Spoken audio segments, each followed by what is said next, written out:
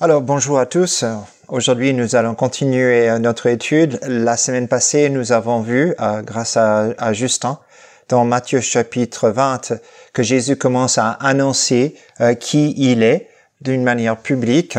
Il commence donc à dire à tous qu'il est le Messie. Et donc, nous allons faire une petite lecture dans Matthieu chapitre 21. Et nous allons lire les versets 1 à 11. C'est l'entrée triomphale de Jésus à Jérusalem. Donc, je vais lire le texte. Matthieu 21, les versets 1 à 11. Lorsqu'ils approchèrent de Jérusalem et qu'ils furent arrivés à Bethphagée, vers le mont des Oliviers, Jésus envoya 2 disciples en leur disant, « Allez au village qui est devant vous. Vous trouverez aussitôt une ânesse attachée et un ânon avec elle. Détachez-les et amène-les moi. Si quelqu'un vous dit quelque chose, vous répondrez, « Le Seigneur en a besoin. » Et à l'instant, il laissera aller.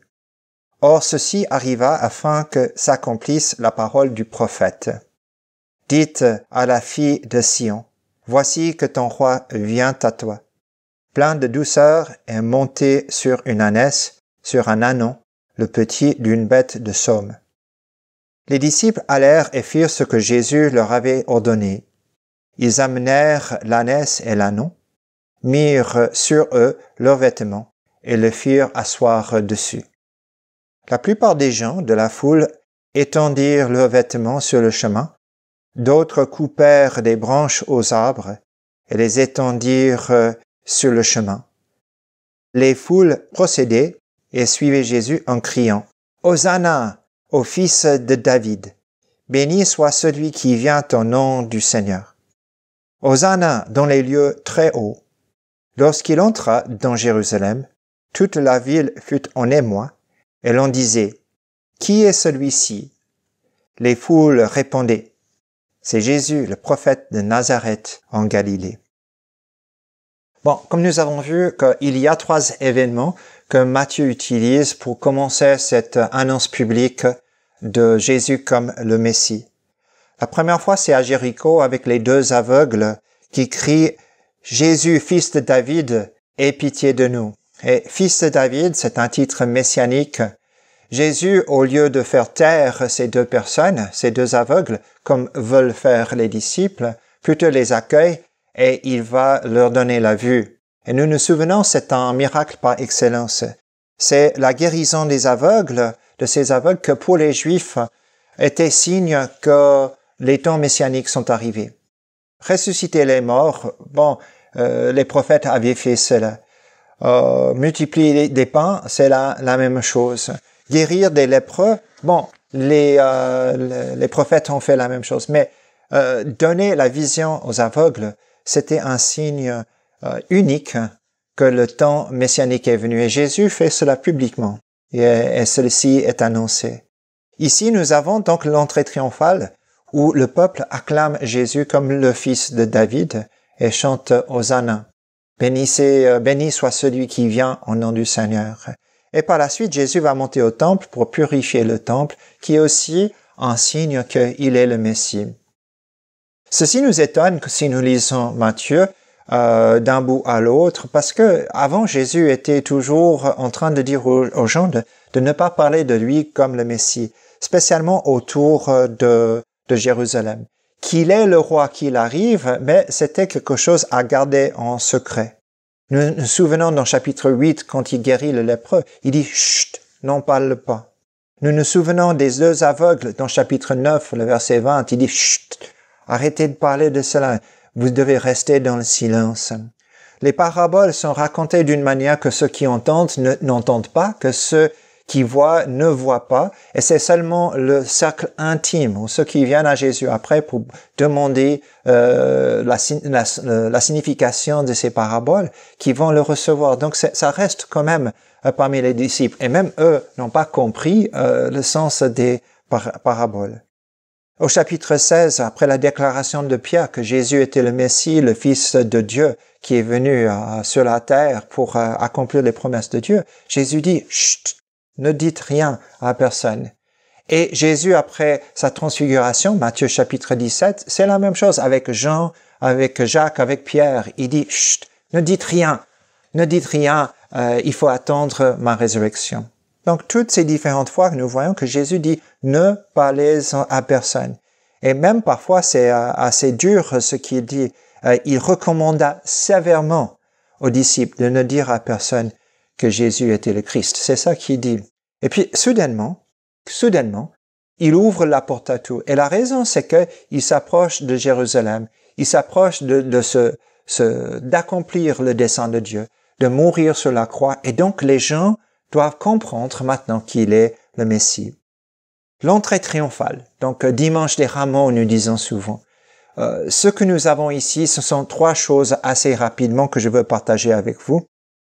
Première chose que nous voyons, c'est que Jésus est l'initiateur de ceci. Ce n'est pas simplement une réaction spontanée de la foule. C'est pas les disciples qui téléphonent à Hubert Anne pour venir chercher Jésus. C'est pas ça. C'est Jésus qui lui-même il délègue à ses disciples, 2 de ses disciples, d'aller dans la ville de Bethphagée, qui veut dire village ou maison de figuiers verts, ou pas encore mûrs. Ça c'est le nom de leur village. Il envoie les 2 disciples là pour chercher ces bêtes, et c'est Jésus donc qui est initiateur de tout ça. Il est l'auteur de cette action. Mais deuxièmement, il est le chef du projet. C'est lui qui, quelque part, d'une façon ou d'une autre, avait mis en place le matériel pour qu'il fasse ce qu'il allait faire. C'est pas s'il savait d'une manière miraculeuse qu'il aurait ces 2 bêtes, le texte ne le dit pas. Peut-être qu'il avait fait des projets avec des personnes dans ce village qui est près de Béthanie, peut-être c'est le cas, mais en tout cas, ce que nous savons, c'est que Jésus est celui qui planifie, il est le chef du projet. Et ceci est important parce qu'il met en route le plan. Et finalement, c'est le plan de Dieu. Et puis, troisième chose que nous remarquons, c'est qu'il est l'accomplisseur. C'est-à-dire, je sais que c'est pas un mot français, mais il est l'accomplisseur du dessein de Dieu. Et ceci est montré dans le texte qui est utilisé. Pour comprendre ce qui se passe, j'aimerais qu'on pense à 2 choses. Il y a donc 2 passages bibliques de l'Ancien Testament nécessaires à comprendre pour voir le sens de cette déclaration de Jésus quand il monte sur l'âne et entre dans la ville de Jérusalem. C'est une action qui annonce, aussi bien que des paroles, qui annonce que Jésus est le Messie que tout le monde attendait. Et ceci n'est pas un hasard. C'est Jésus qui a planifié ces différentes choses pour annoncer qui il était à ceux qui avaient les yeux pour voir cela. Donc, nous regardons une de ces prophéties. Okay? N'oublions pas, il y a 2 textes, et une de ces textes, nous allons regarder maintenant, c'est Zacharie 9.9. C'est le passage qui est cité dans nos Bibles. Zacharie 9.9, je vais lire. « Sois transporté d'allégresse, fille de Sion. Sion, c'est pas une ville en Suisse, mais Sion, c'est Jérusalem. Sois transportée d'allégresse, fille de Sion. Lance des clameurs, fille de Jérusalem. Voici ton roi, il vient à toi. Il est juste et victorieux, il est humble et monté sur un ânon, le petit d'une ânesse. Et quelques lignes plus loin. Il parlera de paix aux nations et sa domination s'étendra d'une mer à l'autre, depuis le fleuve jusqu'aux extrémités de la terre. Et pour toi, à cause du sang de ton alliance, j'ai relâché tes prisonniers de la fosse où il n'y a point d'eau. Ce que nous voyons dans ce texte, c'est vraiment un grand hippie. Quelle joie nous avons. C'est une célébration. Zacharie 9:9 dit que le roi est là, le roi est présent. Et comment est-il? Bon, il est juste, il est victorieux, il est humble. Et il apporte la paix, car il est le roi de paix qui détruit les armes des ennemis. Il a une domination mondiale, il dit. Il dit de la rivière, donc l'Euphrate, jusqu'à la mer. Il dit jusqu'aux extrémités de la terre et l'étendue de son règne. Et ceci nous fait penser à Matthieu chapitre 28, après la résurrection de Jésus. Avant de monter au ciel, Jésus dit « Tout pouvoir et toute autorité m'ont été donnés sur la terre et le ciel. » Il a tout pouvoir. Et donc Jésus est en train de proclamer sa domination mondiale qui va venir à travers son couronnement. Il est venu pour devenir le roi. Et notre texte de Zacharie, chapitre 9, le verset 11, il dit « Et pour toi, à cause du sang de ton alliance ». Tout cela arrive parce que Dieu a fait une alliance. Et ceci nous fait penser à l'alliance, évidemment, avec Abraham ou avec le peuple d'Israël, ou même avec David. Mais nous pensons aussi à l'alliance que Jésus mentionne au chapitre 26 de Matthieu, quand il instaure la Sainte Seine. Et il dit, voici le sang d'une nouvelle alliance. Et donc Jésus, il vient pour montrer que son règne sera un règne sur le monde entier, mais non seulement cela, il vient pour parler de pardon, de montrer qu'il est celui qui pardonne. Il y a des éléments annonciateurs que tout le monde peut reconnaître. L'ânesse et l'ânon, le roi qui vient en paix, il est assis dessus. Et les disciples et la foule commencent à mettre leurs vêtements sur le chemin pour que Jésus marche dessus, assis sur l'ânon. Ceci nous fait penser à plein de choses. Nous avons un tapis rouge que nous allons donner à un roi, ou à un représentant d'une nation qui est important. Quand il arrive à Genève, ces représentants qui arrivent, souvent il y a un tapis rouge qui est là quand la présidente de la Confédération va serrer la main de ces personnes. Et donc, ici, ils mettent les vêtements sur terre. Nous faisons pas cela. Nous allons bien accueillir, mais on va pas prendre nos tuniques ou prendre nos vestes et les mettre sur terre pour que cette personne que nous honorons marche dessus. Mais eux, ils l'ont fait. Et pourquoi? Dans l'Ancien Testament, dans 2 Rois chapitre 9, il y a Dieu qui envoie Élisée à oindre un homme qui s'appelle Jéhu. Et Jéhu n'est pas de lignée davidique, ni de lignée d'un roi. Plutôt, c'est un guerrier qui avait une bande de personnes autour de lui. Et il est oint, et Élisée dit qu'il va devenir donc le roi d'Israël. Bon, cette onction a lieu en privé. Et la bande de guerriers qui sont avec Jéhu, quand il sort, il dit, qu'est-ce qui s'est passé avec ce fou-là, ce prophète? Et Jéhu dit, rien s'est passé. Raconte-nous ce qui s'est passé. Et lui, il dit, écoute, moi je suis le prochain roi d'Israël, il m'a oint pour faire être le roi, et je vais remplacer donc la famille de Achab et de Jézabel, le fils Jotham qui était sur le trône. Alors, quand ses amis ont entendu cela, qu'est-ce qu'ils ont fait? Ils ont pris leurs vêtements, ils les ont mis sur les marches d'un bâtiment, et Jéhu a marché sur ces vêtements comme signe de pouvoir, d'honneur, et qu'il était le nouveau roi. Donc, c'était un signe que lui, et pas un autre, était maintenant le roi d'Israël. Et depuis là, il a commencé à agir donc comme un roi qui allait donc, comment est-ce qu'on peut effectuer les jugements de Dieu contre la famille d'Achab. L'image est claire pour le Juif Quand on met les vêtements au sol et celui qui entre marche dessus ou sur l'animal qui marche dessus, ceci est un signe de royauté. Bon, il y a d'autres éléments annonciateurs. Il y a des cris « Hosanna, Hosanna ». Et cela nous amène à notre deuxième passage que nous allons lire. C'est le psaume 118. Le psaume 118. Donc, il y a deux passages bibliques, Zacharie 9 et le psaume 118. Et c'est ceci que nous allons regarder maintenant. Je vais lire le psaume 118, les versets 19 à 26. Et comme cela, on va comprendre le contexte de ce qui se passe quand les gens crient. « Ouvrez-moi les portes de la justice, par elles j'entrerai, je célébrerai l'Éternel. Voici la porte de l'Éternel, c'est par elle contre les justes. Je te célébrerai parce que tu m'as répondu, parce que tu es devenu mon salut. La pierre qu'ont rejetée ceux qui bâtissaient est devenue la pierre principale, celle de l'angle. C'est de l'Éternel que cela est venu. C'est un miracle à nos yeux. C'est ici la journée que l'Éternel a faite. À cause d'elle, soyons dans l'allégresse et la joie. Éternel, accorde le salut. Et accorde le salut, c'est Hosanna. C'est ce mot-là en hébreu. Éternel, Hosanna. Éternel, accorde le salut. Éternel, donne le succès. Béni soit celui qui vient au nom de l'Éternel. Nous vous bénissons de la maison de l'Éternel. L'Éternel est Dieu. Il nous éclaire, attaché des branchages au cortège de fête jusqu'aux cornes de l'autel. Bon, que dire ce psaume? D'abord, c'est un trésor, ce psaume, le psaume 118, et je vous encourage à prendre du temps à relire ce texte et de réfléchir là-dessus. Mais le psaume 118 commence, et j'ai pas lu cela, mais commence avec « Célébrez l'Éternel car il est bon, car sa bienveillance dure à toujours ». Et c'est un psaume qui parle de la détresse actuelle de celui qui écrit, du psalmiste, mais aussi de la joie qu'il retrouve dans le salut en Dieu.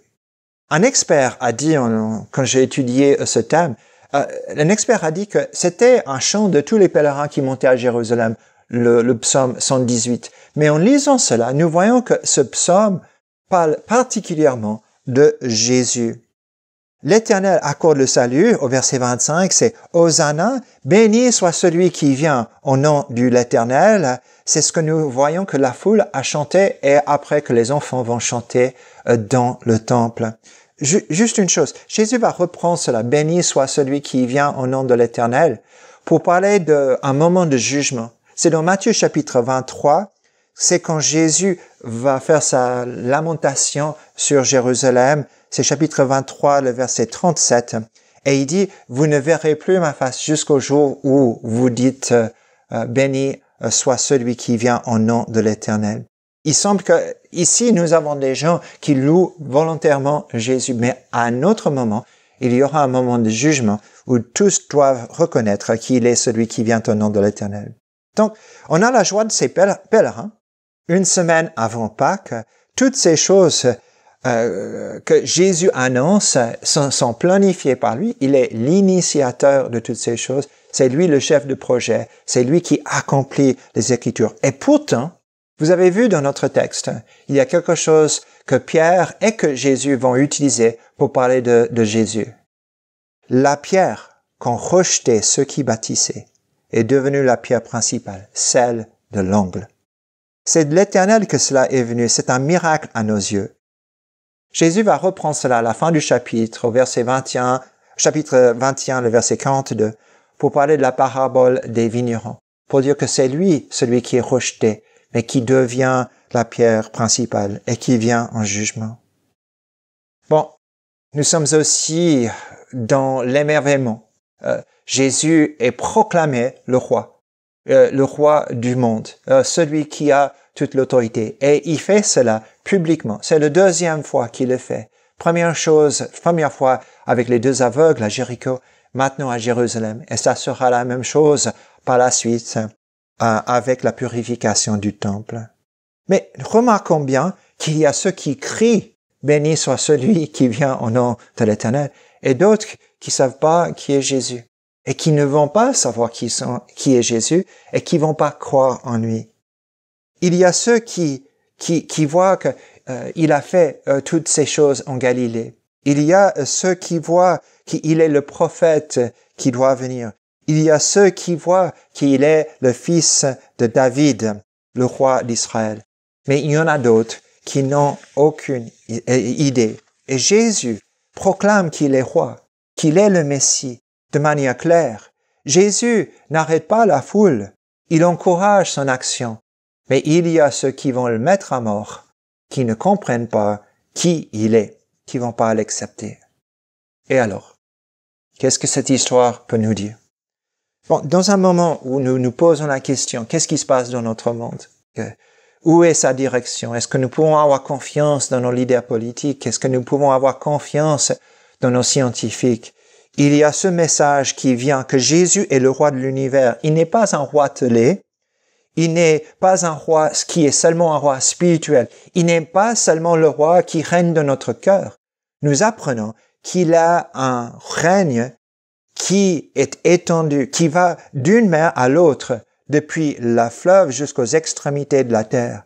Et en Jésus, Dieu accomplit toutes ses promesses. Dieu fait bien tout ce qu'il fait. Il fait ce qu'il doit faire. Pourquoi? Car sa bienveillance dure à toujours. Il y en a qui ne comprennent pas cela. Ils disent qui est celui-là? Et puis il y en a d'autres, des pèlerins, des disciples, des aveugles, des boiteux, des enfants, et nous aussi, qui chantons.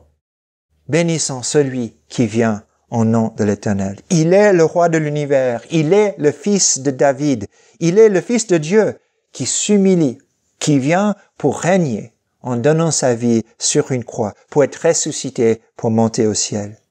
Et quelle est notre réponse à cela? Bon, c'est l'adoration, c'est le chant, c'est la prière, c'est de crier, c'est de se plier devant lui, c'est de l'honorer, c'est de simplement de louer dans chaque chose que nous faisons. Et c'est pour cela que aujourd'hui, nous disons, béni soit celui qui vient au nom de l'Éternel. Que Dieu vous bénisse.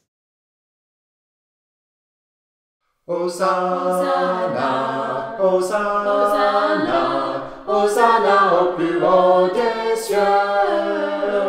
Hosanna, Hosanna, Hosanna au plus haut des cieux. Seigneur, nous te chantons, Seigneur, nous chantons, de tout cœur te louons, de tout cœur te louons. Sois exalté, Seigneur, mon Dieu, Hosanna au plus haut des cieux. Hosanna, Hosanna, Hosanna au plus haut des cieux. Hosanna, Hosanna, Hosanna au plus haut des cieux. Nous célébrons ton nom, Nous te célébrons, d'un cœur reconnaissant. Tu es le Seigneur glorieux, Hosanna au plus haut des cieux. Hosanna, Hosanna, Hosanna au plus haut des cieux. Hosanna, Hosanna, Hosanna au plus haut